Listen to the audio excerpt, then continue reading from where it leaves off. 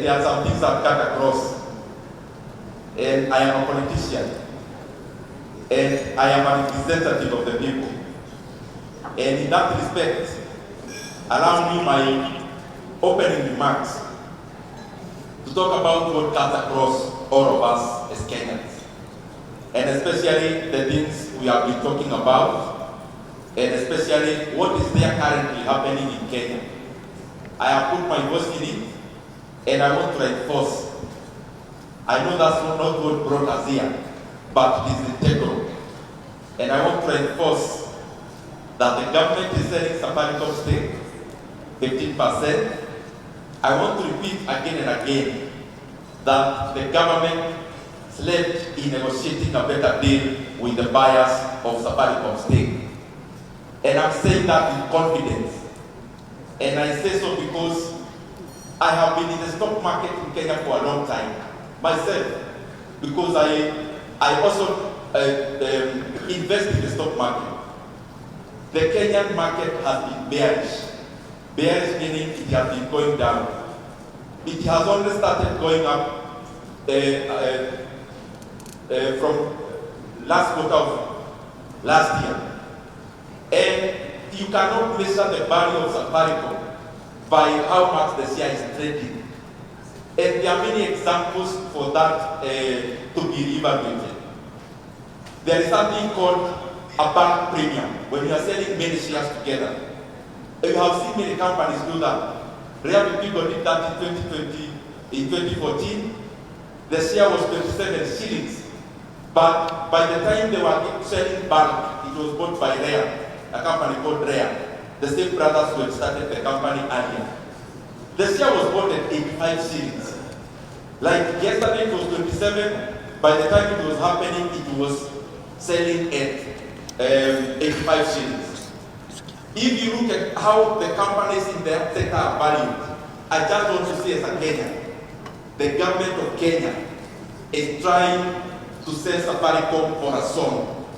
And because there is a period for that, for public participation, as it was said in Parliament yesterday, we are going to put our voice because we want Kenya to get the best value out of selling our most prized asset called Safaricom. So that money can build our roads, that money can build our airports, that money can do infrastructure that we all use as entrepreneurs, as manufacturers, and as Kenyans.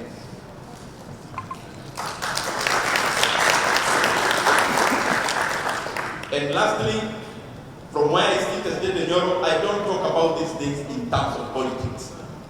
If there is value that can be gotten and Kenya gets the rightful value for Safaricom, we would all be happy. And I listened to my elder brother, Honorable John Bambi. He was on in TV stations yesterday and today morning. And he put a challenge that in fact today he was saying he was wishing I would be there so that we discuss that matter. I want to, from this platform, respectively, tell my brother Honorable Bambi, I have taken up the challenge. When you are ready, I am ready, and in a TV station of your choice. And as you come with all the stakeholders, involved in the sale of Safaricom, because we are not doing it for politics, as I'm repeating. I want to ask very pertinent questions on behalf of Kenyans. And because he's doing the challenge, I also return in kind that when he's ready, including Monday, I am also ready in any TV station with any moderator of his choice so that Kenyans can get value for money in the sale of Safaricom. Coming to the meeting, today's meeting, I am shouting because I realized when I was seated that I was not hearing very well. And because I would want us to be together, that's why I'm talking with a higher voice, because I realize the mic is not very, very loud. The economy of Kenya, and I am glad that I came early. I have sat here and I am very, very proud of our country, Kenya, and the people in this hall. Thank you very much, because seated here, listening to what all the speakers who came here are doing, I realized that we're in a very good country and that support should go to where it matters most. And the kind of support that can be rendered to the people in this hall, definitely, none would go to waste. Because I have seen a diversified stakeholders dealing with the subsector. But more importantly, it actually also opened my mind that as the late, I should also become a stakeholder and start making money from our country. Our county, I was told, is among the best, actually the best, because I come from Ranga County. Na nimeona dada kwa kazi. Lazima pia mimi niingie hapa nitafute pesa. Nimeona iko. By the kind of speeches I saw here and listened to, usishakae next time hata mimi kabana yangu itakuwa bahari. And I wish many more Kenyans were listening. You were actually live on our channels because I have learned a lot. In fact, you called me as a speaker. I have benefited more from listening than from speaking because I have seen and talking to the people I got the opportunity to talk to, there is good return here than even buying clothes, as I always keep saying. And there is much more value here, and especially by bridging the value chains. And that brings me to my first point. The Kenyan economy is in a kawaii mara tatu. Is in three aspects. One aspect we call it primary production. The second one we call it secondary production. Primary production is everything in raw form, from agriculture, from mining, from fisheries, anything that is produced in raw form. Agriculture is number two. Secondary production is number two, which is more or less manufacturing, together with the value chains around manufacturing. And the third one is service. Now, this is the funny thing about how our economy is and productivity. What we call agriculture, that is raw form, accounts for around 18% of our GDP.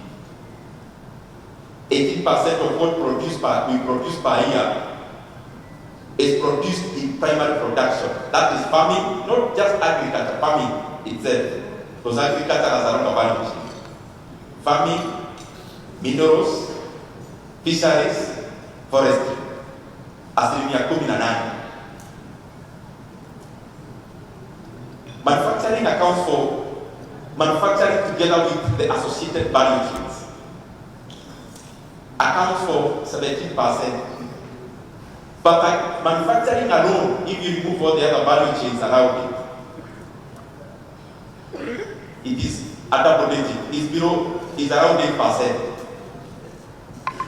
So service industry accounts for 65% of our GDP. What am I trying to say with all these issues I'm talking about? Imagine agriculture, the raw form of our production. It's not just farming. Agriculture, in the economic sense, incorporates including fisheries and the rest, as I have stated. That 80% of what we produce employs 70% of the entire rural population. Because the rural population in Kenya, 70% are engaged in, especially agriculture itself, farming. Then it shows that there is very low productivity in agriculture. What our parents do, rearing a cow, what we also do, raw agriculture. Per person, what comes to your pocket as productivity is too low. And there is no economy in the world, including the many popular economies now in Kenya. The economies now we are referring to often. From the growth of UK, US, Japan, Asian tigers, there is no economy, even one, that has a case that we studied, that this country became first world, and this company became developed because of agriculture. And I am very proud that in this hall, that has already sunk. Because I've seen beyond farming avocado, farming practice in the farm.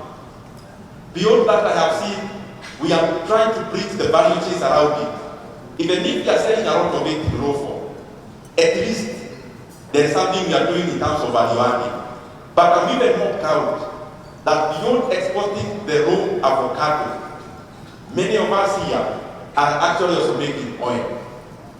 I am very proud of that, because when you rely on just exporting, of course you become a prisoner of seasons.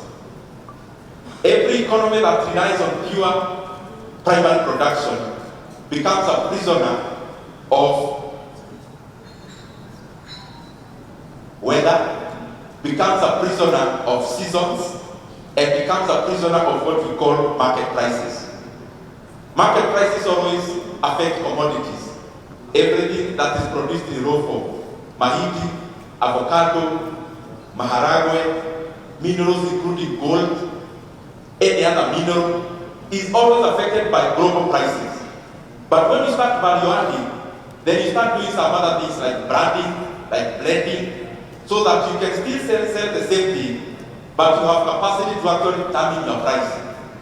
Just as it happens in coffee. That there is coffee you buy at this much, but there is much more, there is another that you buy at a much higher price. Because of branding and blending. Because you can determine your price when you jump out of just primary production. Let me stop the jargons and the economic issues. People in this hall today, I want you, when you have time, started the billionaires from Nigeria. I read about them a lot because they motivate me. Billionaires from Nigeria. Starting with Govt himself. Please go study them, even online when you have time. Study how they started. Study a guy called Abswaman. He has a company called BUA Group. Please, because I've seen what you're doing, go study those two cases. How Govt started and how BUA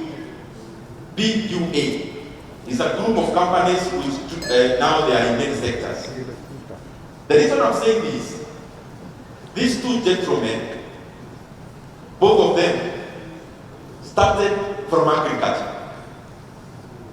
Govt started from agriculture. The base of Govt we know now, the richest black African there is in the world, started in this hall today.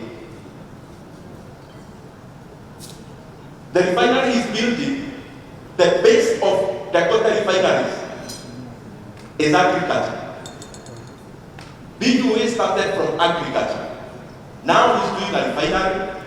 He has, of course, BUA 7. Both of them are also in cement industry. But the money they got from agriculture is the one that catapulted from to where they are. But how do they do it? You make money from agriculture. You make money. All of us here are in agricultural value chain. Even if you are an exporter, you are within agriculture, unless you start value adding to a higher scale. Because the agricultural value chain is wrong. Actually, farming accounts for less than 25% of agricultural value chain. So if you are a farmer, you are doing 25% of agriculture. So what Govt and BUA started, they started with farming, expanded to what many of you are doing. You already have contracted farmers. Went further to value addition. Normal things, like what you are doing in oil, like what you do with the hens, what the hens do, crab hens, like flour, unga. There is even a company called Govt Flour and BUA Flour. So that value chain of agriculture, they capitalized, made money. But this is the thing. After making money, they stopped seeing money as a possession. That is what most of us do, including myself. When you make money and you are an exporter and you have made money in your bank account, you have 20 million, you have 1.5 million, you have 100 million, what do we do most times? We start now seeing this money as a possession. I own it, it's my money as a possession. When you view money as a possession, your root of growth becomes very big. You must start seeing money as capital for additional production, and you stop seeing money as a possession. I keep talking about real estate. Everyone here has a house, maybe where we live, whether you own it or whether you are renting. So I'm not against real estate. I always, even here, if we sample, all these people with these banners, the side hustle they are doing, hakuna mtu hana ploti analisha mahali. In this hall, there is no table without a representation of a person, either with a plot, a flat, or a person thinking of one, or kasapa kidogo. Because I made so much money this season, so the next day I am going to buy a piece of land. Remember, not a piece of land to farm, a piece of land maybe to speculate. I'm not even against real estate. What I'm saying is that when we see money as a possession, we look to possess things. We look to possess something, to possess a piece of land, to possess just something to see. But it becomes a very slow part of growth, because a higher root of growth is the one that Govt took and the one BUA took. After making this money in farming, and you have added value now, you can say you are in agriculture. You have actually gone past farming. You are now going to manufacturing, and you are becoming bigger. You must see this money as capital to do something more, to produce, not to put it aside as a possession. Am I saying anything? I am also talking to myself. So I'm not just talking to you. That is one of the things that if we want to become like Asian tigers, we have to stop obsessing with possessions. Because the Govt had already made enough money to possess so much. A flat in Dubai, a flat in wherever, a flat in wherever else. He already had that capacity through maybe the Govt flag, Yakusiaga Uka. But then he saw this money not as something to possess, but something to create more value. But in the process, it becomes self-fulfilling. Self-fulfilling how? You make money. After you make money, because you don't possess it, unaibachilia itafuta ingine, then in the long run, you end up actually possessing even more. But your goal was not possessed. So let us invest whatever we are having in still expanding our value chains within what we are doing, but also expanding to other things. You are dealing with avocado, you can exhaust the entire value chain of avocado. You can exhaust the entire value chain, but then start also branching to other things that are related, and you keep on adding more products, again add more value to those products, and then from there you can even go not from just vertical, you can go horizontal, and then you venture into other industries, just like those two gentlemen. And as you do so, and I said I'm having a short speech, as you do so, now you are graduating, you're talking about, you started with 5 million shillings, you are doing turnovers of 100 million, you are climbing high, and you are climbing high. We expand our horizons on where even to get financing. If I ask in this hall, where do we get our money to expand?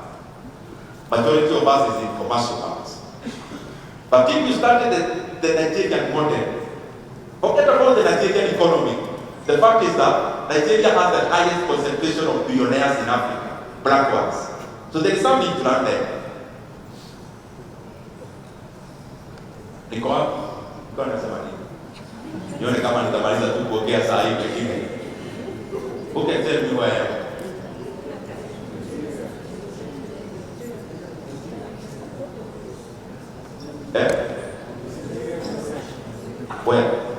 Where from? Kwanza hapo kwa bilionea hausahau sana. But what was I saying about them? Can somebody tell me what was the point I was trying to drive? Nione kama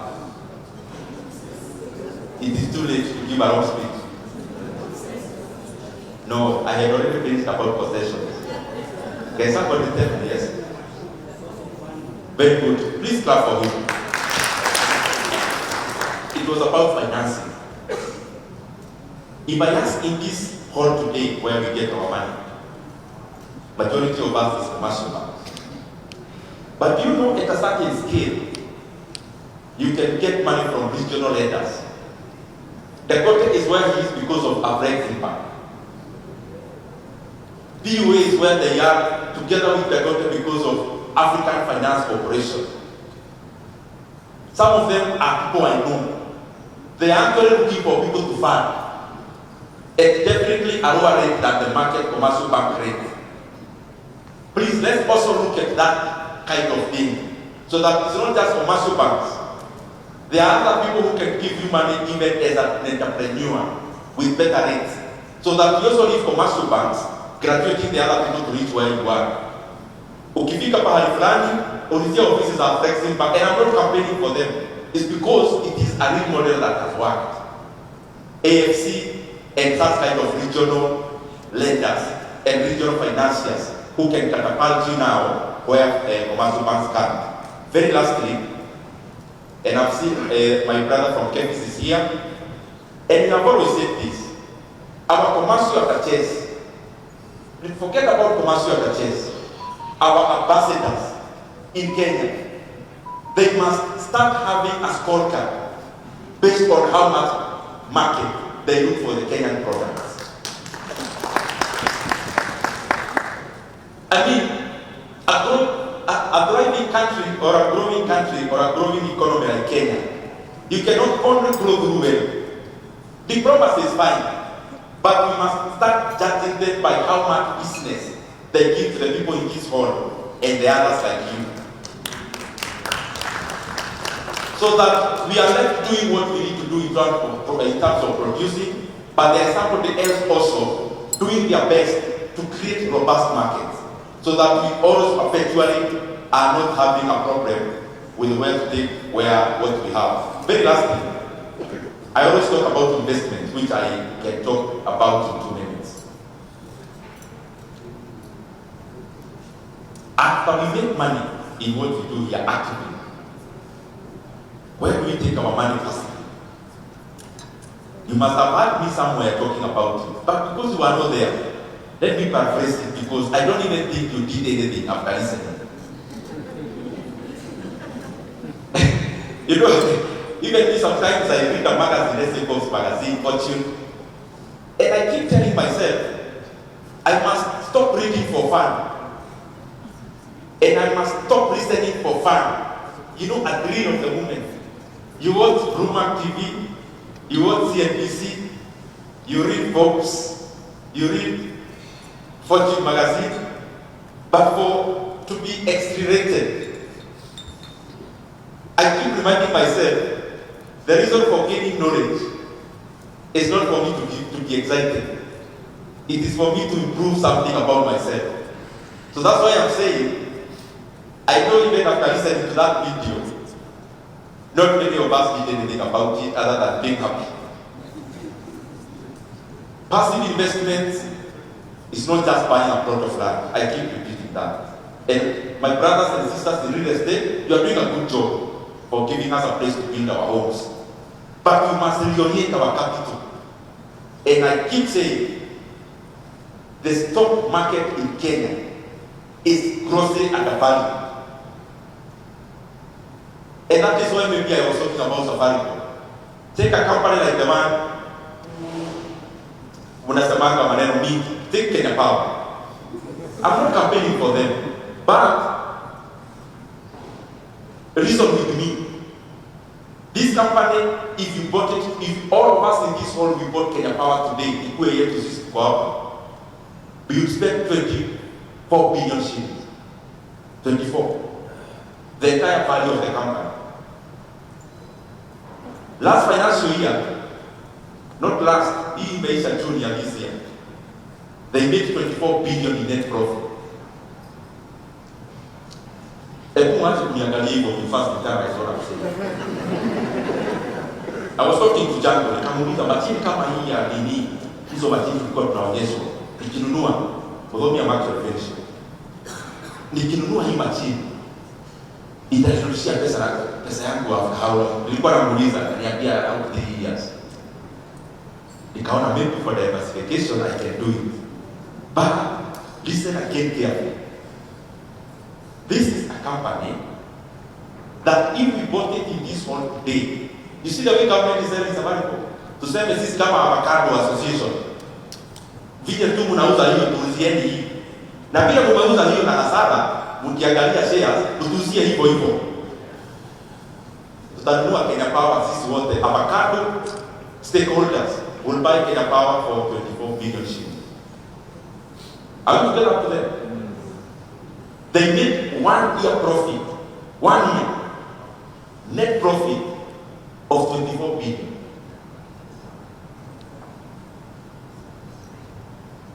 Just tell me where in the world you get such an opportunity. Take a company, and I'm not me. When I give you this, I tell you to go read. Don't buy because the Nyoro said it. I am just directing us to read and starting because it doesn't take long to know all these things I'm talking about. Take any company, including KCB. KCB this year, by the way, by how they increase their Q3 results, they will not make less than 60 billion in profits.